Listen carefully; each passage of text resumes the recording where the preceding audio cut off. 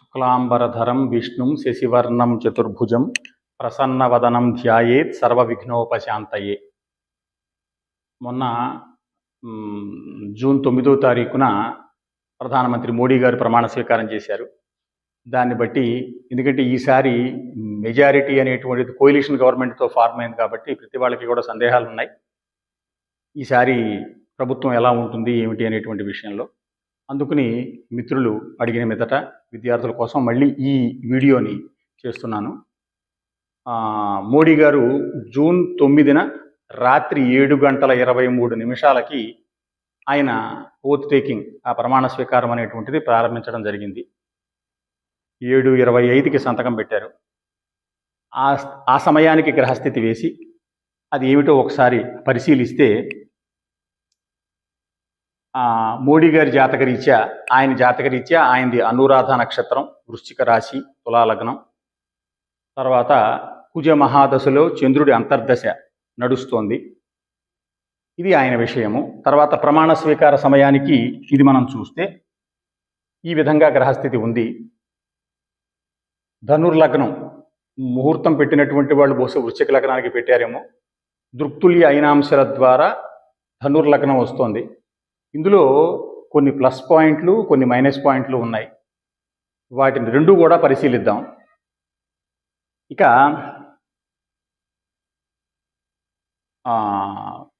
ముహూర్త గ్రంథాల్లో ఈ రాజ్యాభిషేక ప్రకరణంలో దీని గురించి ఏం చెప్పారు అంటే, అందులో సౌమ్యాయనే సితే జీవే నాస్తగే నచ వృద్ధగే, ఉత్తరాయణంలో చెయ్యాలి అని, సితే జీవే నా అస్తగే, శుక్రుడు గురుడు కూడా అస్తమించకూడదు, అంటే శుక్రమౌఢ్యమి గురుమౌఢ్యమి రెండూ కూడా ఆ సమయాల్లో చేయకూడదు. నచ వృద్ధగే, బాల్యత్వం వృద్ధత్వం ఈ రెండూ కూడా గ్రహాలకి పనిచేయవు అని. అయితే గురుమౌఢ్యం అనేటువంటిది వెళ్ళిపోయింది, కానీ అన్ఫార్చునేట్లీ శుక్రమూఢం అనేటువంటిది కంటిన్యూ అవుతోంది. ఆ శుక్రమౌఢ్యంలోనే ప్రమాణ స్వీకారం అనేటువంటిది జరిగింది. అది తప్పలేదు, అదొకటి. తర్వాత దశాధిపే జన్మని లగ్నపేచ బలాన్వితే తిగ్మకరే మహీసుతే సిత ఇందు జీవై సువిశాల మండలై నృపాభిషేకే శుభదం కృతో భవేత్ అని శుక్రుడు గురుడు చంద్రుడు ఈ ముగ్గురు కూడా బాగుండాలి. తర్వాత దశాధిపతి లగ్నాధిపతి కూడా బలంగా ఉండాలి. లగ్నాధిపతికి వచ్చేటప్పటికేమో ఆయన 6లో ఉన్నాడు. తర్వాత ఆయన యొక్క జన్మ లగ్నం తులాలగ్నం కాబట్టి తులాలగ్నం శుక్రుడేమో అస్తమించి ఉన్నాడు. అందువల్ల ఇవి కొంచెం ఇబ్బందికరమైనటువంటి పరిస్థితి. అది సితే నా అస్తగే, శుక్రుడు అస్తమించకూడదన్నారు, కానీ శుక్రుడు అస్తమించాడు. అలాగే న ప్రసుప్తే తథాదిష్ణ్యే న రిక్తాయాం న రాత్రిషు, రాత్రిపూట పనిచేయదన్నారు, కానీ తప్పలేదు. 7:23కి జరిగింది, రాత్రి జరిగింది. నా రిక్తాయాం, రిక్త తిథులు ఉండకూడదు. సవితి నవమి చతుర్దశి పనిచేయవు. కానీ తదియ నాడు సాయంత్రానికి చవితి వచ్చేసింది, చవితి నాడు జరిగింది, అది ఒకటి. తర్వాత చంద్రుడి విషయంలో ఏమైంది అంటే, చంద్రుడు అష్టమ చంద్రుడు అయ్యాడు. చూడండి, ధనుర్లగ్నానికి చంద్రుడు అష్టమంలో ఉన్నాడు, భావంలో కూడా అష్టమంలోనే ఉన్నాడు చంద్రుడు, అది ఒకటి. అయితే ఈ విధంగా ఉంటే ప్లస్ పాయింట్లు ఏంటి అంటే, ధనుర్లగ్నము నవాంశలో కూడా ధనుర్లగ్నమే అవ్వడం, వర్గోత్తమంలో లగ్నం అనేటువంటిది ఉండడం, అది అనుకోకుండా భగవంతుడి అనుగ్రహంతో అది ఒక రకమైనటువంటి బలాన్ని ఇస్తుంది లగ్నానికి. మిగిలినటువంటి మైనస్ పాయింట్లు ఉన్నప్పటికీ కూడా. ఇక నక్షత్రాలు వాళ్ళు ఏం చేశారు అంటే, జన్మరాశిలో ఎవరి జన్మరాశిలో వాళ్ళకి జన్మలగ్నం అయితే కనుక అది బాగుంటుంది అంటే, బహుశా ఈయనది ప్రధానిది వృశ్చిక లగ్నం వృశ్చిక రాశి కాబట్టి వృశ్చిక లగ్నం వాళ్ళు పెట్టుంటారు ముహూర్తం, కానీ ఆ సమయానికి ధనుర్లగ్నం వచ్చేసింది, దాటిపోయేది. ఇక తర్వాత శీర్షోదయ లగ్నం అన్నారు, ధనుస్సు శీర్షోదయ లగ్నమే. తర్వాత ఇంకొక బిగ్గెస్ట్ ప్లస్ పాయింట్ ఏంటంటే, ఆయన జన్మలగ్నం తులాలగ్నం, తులాలగ్నం నుంచి ఉపచయ స్థానంలో ఈ ప్రమాణ స్వీకార లగ్నం రావడం అనేటువంటిది అది కాకతాళీయంగా జరిగింది. అందువల్ల అది ఒకటి చాలా మంచి ప్లస్ పాయింట్. ఇక షష్టాష్ట వ్యయ లగ్న వర్జితేన చంద్రేణ రాజ్ఞాం శుభతో అభిషేక. చంద్రుడు 6, 8, 12 లగ్నం ఈ నాలుగిట్లో ఉండకూడదు. బట్ అన్ఫార్చునేట్లీ చంద్రుడేమో అష్టమంలో ఉన్నాడు. తర్వాత మీకు వర్తమాన దశ అంతర్దశ స్వాములు కుజుడిలో చంద్ర అంతర్దశ. కుజుడు 5లో ఉన్నాడు, బలంగానే ఉన్నాడు. చంద్రుడు అష్టమంలో ఉన్నాడు, అందువల్ల బలహీనంగా ఉన్నాడు. తర్వాత ఈ విధంగా ఉంది కాబట్టి తర్వాత పాపై తనౌ రుక్ నిధనే మృతి స్తుతే పుత్రార్తి అర్ధవ్యయగైర్ దరిద్రత అనేటువంటి విషయం ఇందులో ఏమవుతుంది అంటే చూడండి, ధనుర్లగ్నం నుంచి శని 3వ రాశిలో ఉన్న చతుర్థ భావంలోకి వెళ్తున్నాడు భావచక్రంలో. చతుర్థంలో శని ఉండటం అనేటువంటిది మంచిది కాదు. తర్వాత మీకు పంచమంలో కుజుడు ఉన్నాడు,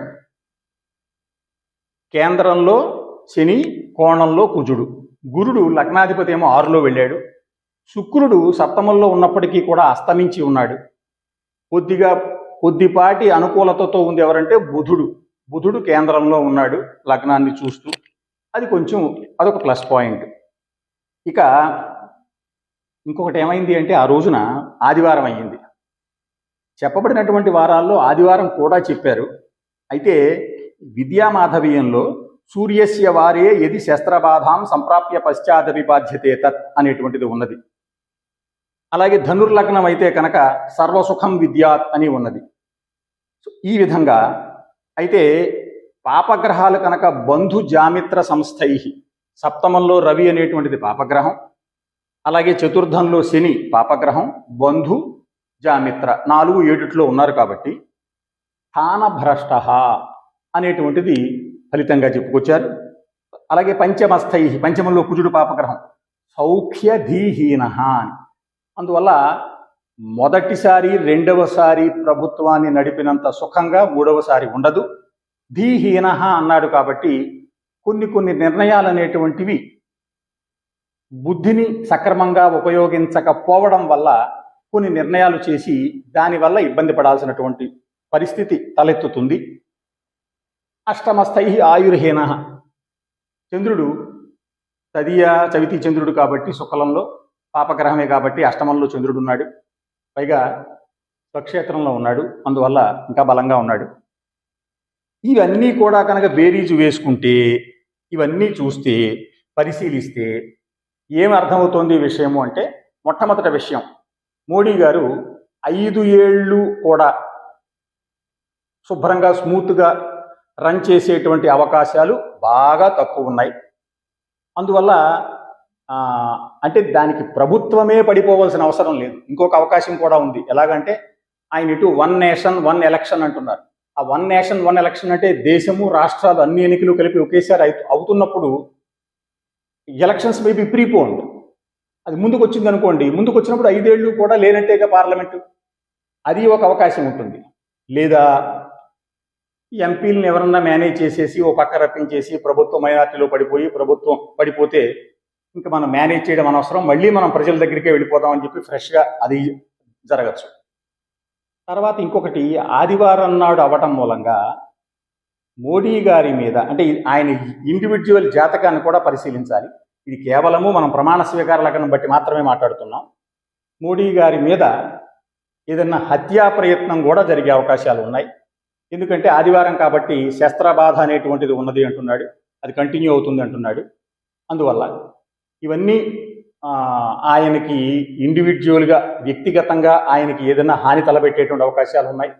5 ఏళ్ళు కూడా స్మూత్గా రన్ చేసే అవకాశాలు తక్కువ కనబడుతున్నాయి. అయినప్పటికీ కూడా లగ్నం అనేటువంటిది వర్గోత్తమంలో ఉండడం అనేటువంటిది అది బిగ్గెస్ట్ ప్లస్ పాయింట్. తర్వాత ఇవన్నీ ఒక ఎత్తు, ఆయన 2 ఏళ్ల పాటు హిమాలయాల్లో తపస్సు చేసుకున్నటువంటి మహానుభావుడు కాబట్టి ఆయన నేను మొట్టమొదట కాశీ నుంచి పోటీ చేసినప్పుడు ఆయన ఒక మాట అన్నారు, ముझे మా గంగానే బులాయా హై. అంటే నిజంగా నేను అప్పుడు సర్లే ఇవన్నీ కబుర్లు ప్రతివాడు చెప్పేటువంటిదిలే అనుకున్నాను. అని నిజంగా ఆ గంగమ్మ వారు పిలిచారు ఆయన్ని అన్నట్టుగానే ఆయన ద్వారా కాశీ విశ్వేశ్వరుడు, కాలభైరవుడు, గంగమ్మ తల్లి చేయించుకుంటున్నారు, అందులో సందేహమే లేదు. కాబట్టి వెనకాల ఆయనకి దైవ బలం అనేటువంటిది మాత్రం చాలా ఉన్నది అనే విషయం స్పష్టం అవుతోంది. కాబట్టి ఆ దైవ బలం ముందు మరి ఈ గ్రహ బలం అనేటువంటిది ఎంతవరకు వెళ్తుంది అనేది మనకి తెలియదు. కానీ ఈ ఆయన ప్రమాణ స్వీకార లగ్న రీత్యా మాత్రం ఈ విధంగా బీరీజు వేసి చెప్పడం జరిగింది. కాబట్టి మళ్ళీ అవకాశాన్ని బట్టి ఆయన యొక్క వ్యక్తిగత జాతక రీత్యా కూడా ఏమన్నా ఇబ్బందులు ఉన్నా, ప్లస్ పాయింట్లు ఉన్నా దాని గురించి ఇంకొకసారి డిస్కస్ చేసుకుందాం. స్వస్తి.